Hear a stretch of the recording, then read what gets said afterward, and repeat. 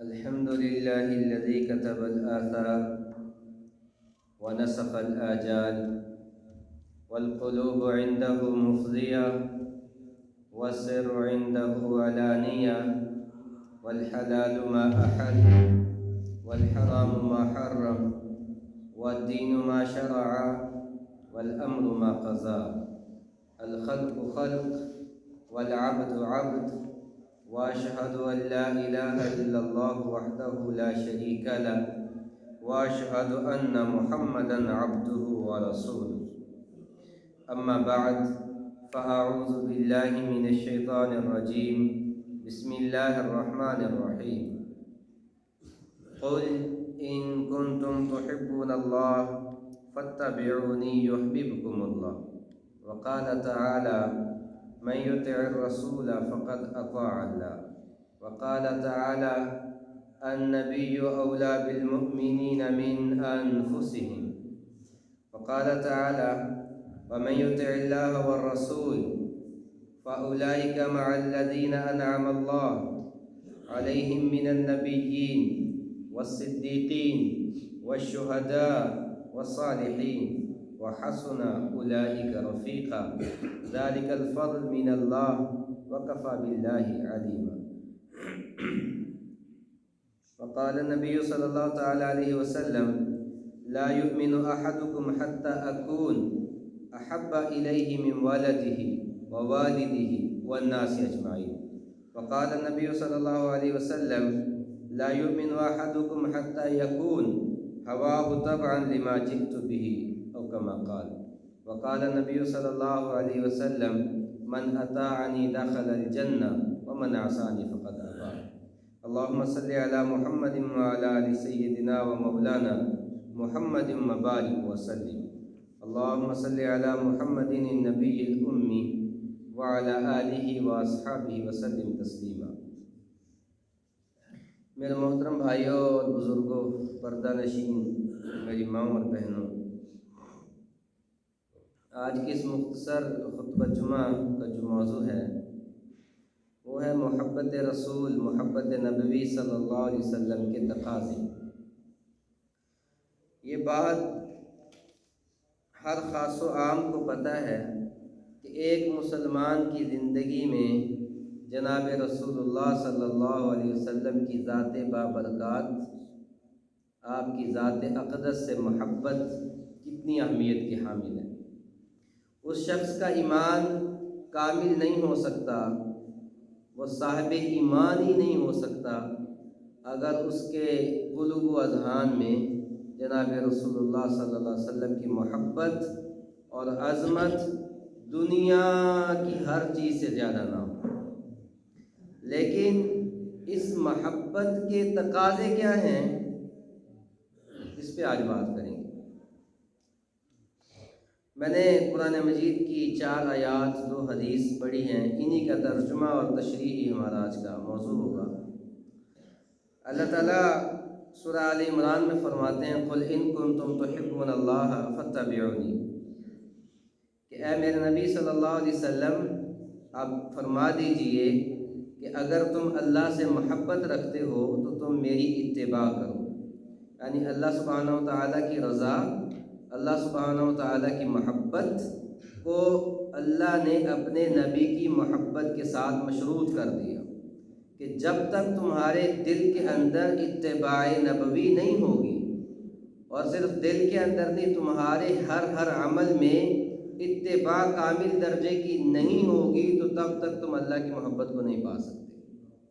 دوسری آیت میں فرمایا من یطع الرسول فقد اطاع اللہ، کہ جس نے رسول اللہ کی اطاعت کی گویا اس نے اللہ کی اطاعت کی۔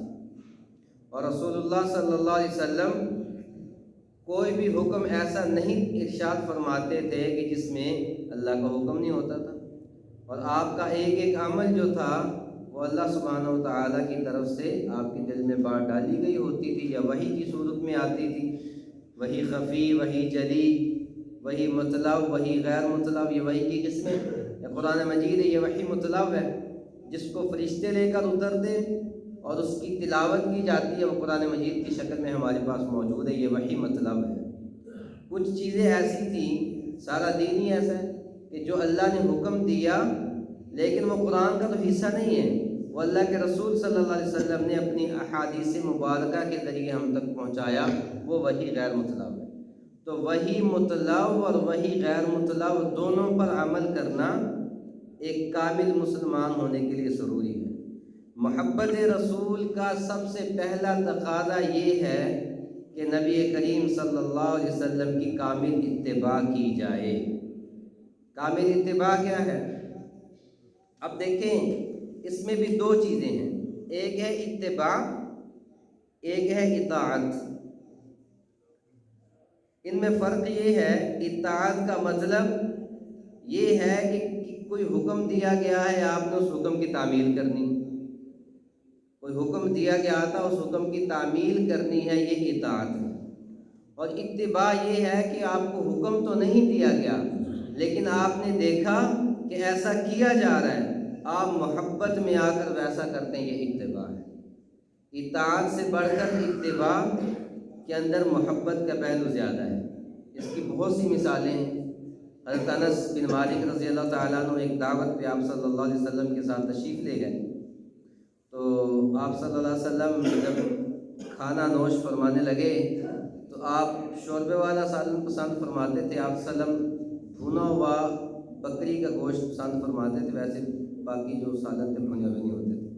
تو شوربے میں سے آپ صلی اللہ علیہ وسلم کدو نکال کے کھا رہے ہیں۔ حضرت انس رضی اللہ تعالیٰ عنہ فرماتے ہیں کہ میری زندگی کا معمول رہا کہ میں نے اس کے بعد کدو کو اپنی مرغوب غذا بنا دیا، میں جب بھی کھاتا تھا کدو ہی کھاتا تھا۔ یہ بھی ایک شکل ہے اتباع کی، حالانکہ آپ نے حکم تو نہیں دیا کہ تم یہ کرو۔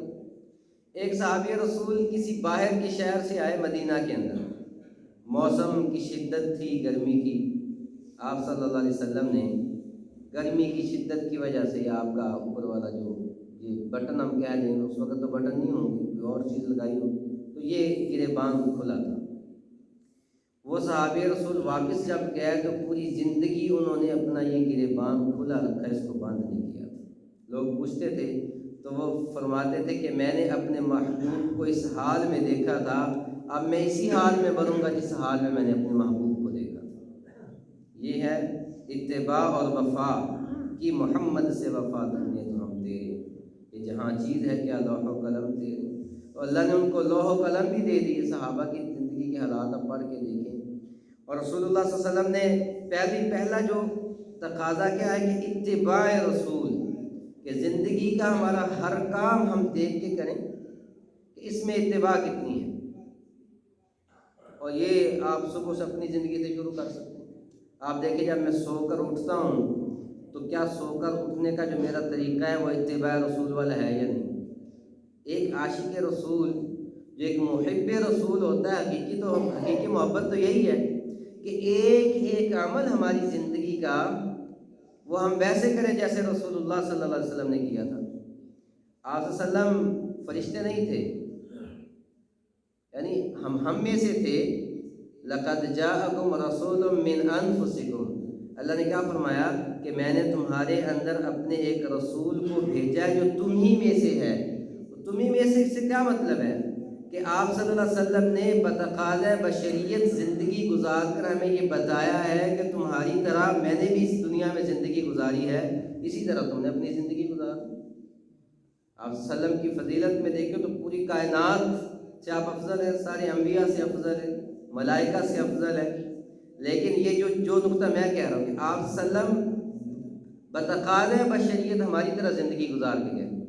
بیویاں تھیں، بیٹیاں تھیں، بیٹے ہوئے، غم پہنچا، بیٹے کی وفات ہوئی، اور بیویوں کے ساتھ معاملات بھی خراب ہوئے، اور بیٹی ہوئی تو اس کو بیاہ بھی۔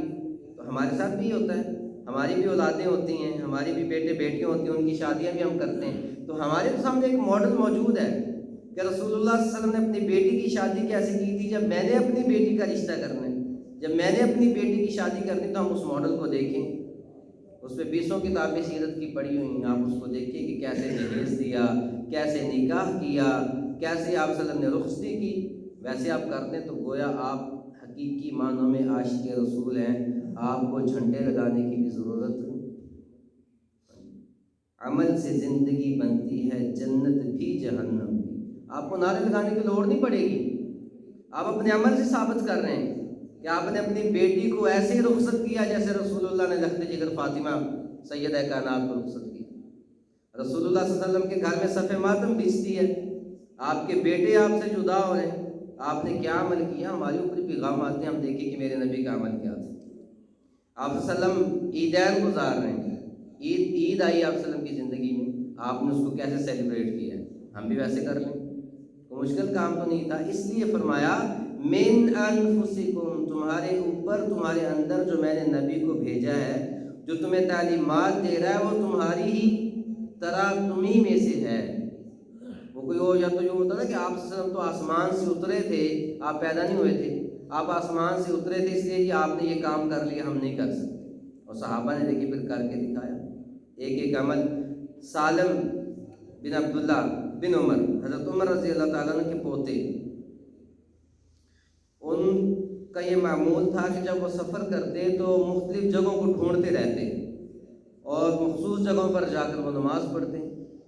تو کسی نے پوچھا کہ آپ نماز جامع مسجد کو چھوڑ کے اس جگہ پر جا کر پڑھتے ہیں، یا آپ سہولت والی جگہ کو چھوڑ کر پتھریلی جگہ پر جا کر آپ نماز پڑھتے ہیں، اس کی کیا وجہ ہے؟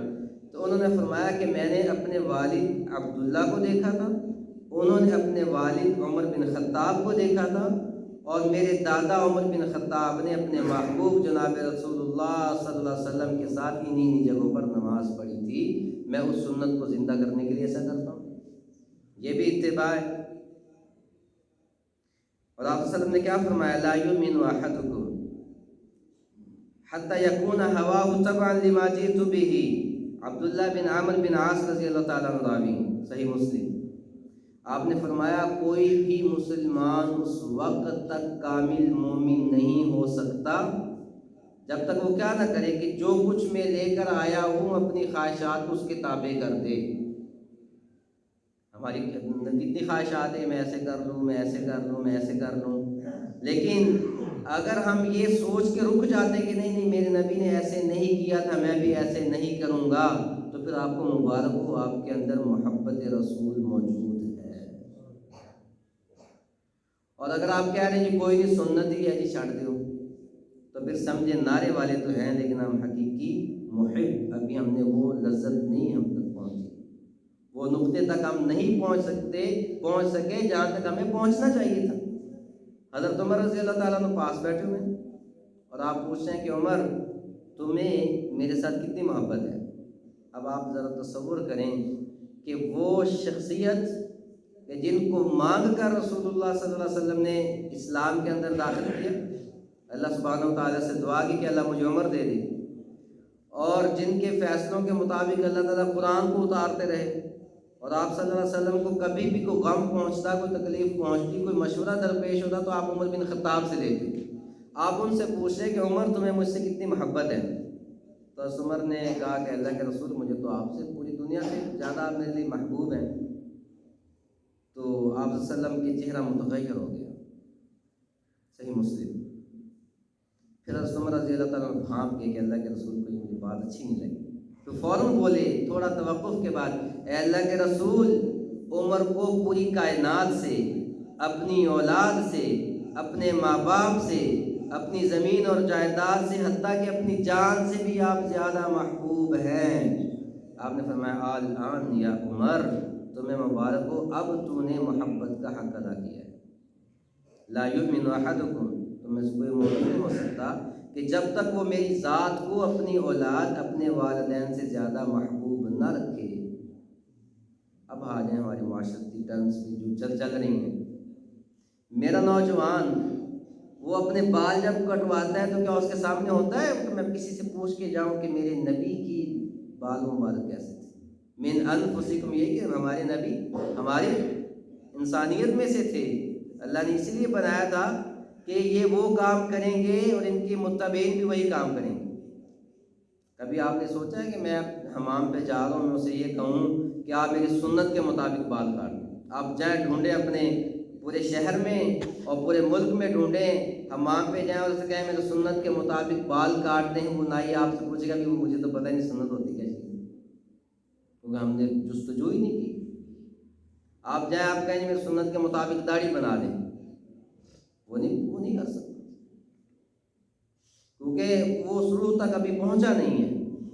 تو جو نبی صلی اللہ علیہ وسلم کی محبت کے تقاضے یہ کہ کامل اتباع ہو، کامل اتباع ہو۔ دنیا کا خسارہ ہوتا تو ہو جائے، ایک طرف آپ آزمائے جا رہے ہیں، ایک طرف دنیا ہے، دنیا کی محبت ہے، دنیا کی زیب و زینت ہے، دنیا کی شان و شوکت ہے، اور ایک طرف آپ کے سامنے سنت آ گئی، اب آپ نے دیکھنا ہے کہ آپ کس کو پکڑ رہے ہیں۔ اگر آپ نے سنت کے دامن کو تھام لیا تو پھر مبارکباد کے مستحق ہیں۔ شادیاں ہوتی ہیں، اس پہ پہلے بھی میں مثال دے چکا ہوں، آپ دیکھیں صحابہ نے شادی کیسے کی، ان کی زندگی میں بھی یہ تھی نا، اور ان سے بڑا کوئی عاشق نہیں تھا، ان سے زیادہ کسی کی محبت ہو ہی نہیں سکتی۔ ایک صحابی، یہ دیکھیں میں نے سورۃ النساء کی آیت پڑھی، آیت نمبر 69، صحابی رسول آتے ہیں، مزدور آدمی تھے، وہ دن بھر مزدوری کی، دن بھر تھکن ہوتی تھی، پھر رات کو آئے تھکے ماندے، جس نے دن بھر کھیتوں میں کام کیا ہو، پتھریلی زمینوں میں کام کیا ہو، تو اچھی خوراکیں بھی نہ ہوں تو گھر میں تھکا ٹوٹا آئے گا تو اس کے دل میں کیا مطلب وہ یہی ہوگا کہ میں بس سو جاؤں۔ گھر میں آتے ہیں، بیوی سے بھی بڑی محبت ہے، اولاد سے بھی بڑی محبت ہے، چھوٹے چھوٹے بچوں کے ساتھ کھیلتے ہیں، تو پھر فوراً دربار رسالت میں آتے ہیں اور آ کر اپنے دل کے جذبات کا اظہار کرتے ہیں کہ اللہ کے رسول صلی اللہ علیہ وسلم، میں دن بھر تھکا ماندہ اپنے گھر آتا ہوں، میری بیوی مجھے بڑی محبت کرتی ہے اور میرے بچوں سے بھی مجھے بڑی محبت ہے، میں ان کے ساتھ بھی کھیلتا ہوں، اور مجھے یہ بھی پتہ ہے کہ بچوں نے سو بھی جانا ہے، لیکن اے اللہ کے رسول جب میں ان کے ساتھ کھیل رہا ہوتا ہوں، ان کے ساتھ میں محبت بڑے انداز میں باتیں کر رہا ہوتا ہوں، لیکن اچانک میرے دل میں آپ کی محبت کا خیال آتا ہے، میں فوراً ان کو چھوڑ کے دوڑ کر یا رسول اللہ آپ کے پاس آتا ہوں۔ آپ اپنی مجلس میں ہوتے ہیں، اپنی محفل میں ہوتے ہیں، اپنے مصلی پہ ہوتے ہیں، اپنی مسجد میں ہوتے ہیں، اے اللہ کے رسول میں بس آتا ہوں، دور سے آپ کو آپ کے چہرے انور کا دیدار کرتا ہوں، واپس پلٹ جاتا ہوں، میرے دل کو سکون مل جاتا ہے۔ لیکن اللہ کے رسول مجھے ایک بات ہمیشہ غمگین کرتی رہتی ہے، میں غمزدہ رہتا ہوں کہ جب میں اپنی موت کو دیکھتا ہوں، یا مجھے آپ کا اس دنیا سے پردہ فرمانا یاد آتا ہے، یا مجھے اپنی موت یاد آتی ہے، تو اللہ کے رسول میں غمگین ہو جاتا ہوں کہ وہ کیا لمحے ہوں گے جب آپ ہم سے جدا ہو جائیں گے یا میں آپ سے جدا ہو جاؤں گا، اور پھر قیامت میں، پھر جنت میں اگر اللہ مجھے جنت دیتے تو پتہ نہیں آپ کا ساتھ نصیب ہو یا نہ ہو۔ یہ تڑپ تھی، اللہ تعالیٰ نے اس تڑپ پہ پوری آیت اتار دی، وَمَن يُطِعِ اللَّهَ وَالرَّسُولَ فَأُولَٰئِكَ مَعَ الَّذِينَ أَنْعَمَ اللَّهُ عَلَيْهِم مِّنَ النَّبِيِّينَ وَالصِّدِّيقِينَ وَالشُّهَدَاءِ وَالصَّالِحِينَ وَحَسُنَ أُولَٰئِكَ رَفِيقًا، کہ اے میرے نبی صلی اللہ علیہ وسلم، آپ اپنے صحابی کو خوشخبری دے دیجئے کہ جس نے زندگی میں آپ کی اور اللہ کی اتباع کی اور دنیا میں وہ جدا بھی ہو گئے تو ہم آخرت میں ان کو اکٹھا کر دیں گے، یعنی وہ ساتھ آپ کو ساتھ ہیں۔ یہ بھی محبت کا ایک انداز تھا۔ تو صحابہ کرام رضوان اللہ تعالیٰ علیہ مجمعین کی جو محبت تھی وہ اطاعت کے اندر بندھی ہوئی تھی۔ محبت اور اطاعت یہ دو جذبات کا نام ہے۔ آپ یہ کہ جی میں محبت میں سب کچھ کروں گا لیکن مانوں گا کچھ نہیں، اس محبت کو نہیں۔ اب ہم نے دیکھنا ہے کہ ہمارے پاس جو محبت کا کرائٹیریا ہے کیا وہ اطاعت رسول پر پورا اترتا ہے یا نہیں اترتا۔ اگر تو پورا اترتا ہے تو پھر ٹھیک ہے۔ تو صحابہ کی محبت بہت بہت اعلیٰ درجے کی ہوتی تھی۔ یہ گزشتہ سے پیوستہ جو میں بھی یہ بات کی تھی، تو آج موضوع کی مناسبت سے پھر آخری بات بتا دیتا ہوں۔ حضرت عروہ بن مسعود ثقفی رضی اللہ تعالیٰ عنہ ابھی مسلمان نہیں ہوئے تھے جب حدیبیہ میں آپ صلی اللہ علیہ وسلم حدیبیہ کے مقام پہ، اور ان کی آپس میں وفد آ رہے ہیں، لوگ آ رہے ہیں کہ ہم آپ کی بات چیت کرواتے ہیں، صلح کرواتے ہیں، تو مکہ والوں نے عروہ بن مسعود کو بھیجا کہ آپ جاؤ اور جا کر ان سے بات کرو کہ وہ کیا چاہتے ہیں، ہم کیا چاہتے ہیں۔ عروہ بن مسعود ثقفی رضی اللہ تعالیٰ عنہ تشریف لائے تو قدرتاً ایسا ہوا کہ نماز کا وقت ہو گیا اور آپ صلی اللہ علیہ وسلم نماز پڑھنے لگے۔ آپ نے جب وضو فرمایا تو صحابہ نے کہا، میں نے بات پہلے کی تھی، صحابہ آپ کی وضو کا پانی نیچے نہیں گرنے دیتے تھے، اٹھا لیتے، ہاتھوں پہ منہ پہ مال لیتے، چہرے پہ مال لیتے، پی لیتے۔ محبت کا جذبات ان کے اظہار تھا جیسا۔ عروہ بن مسعود جب واپس گئے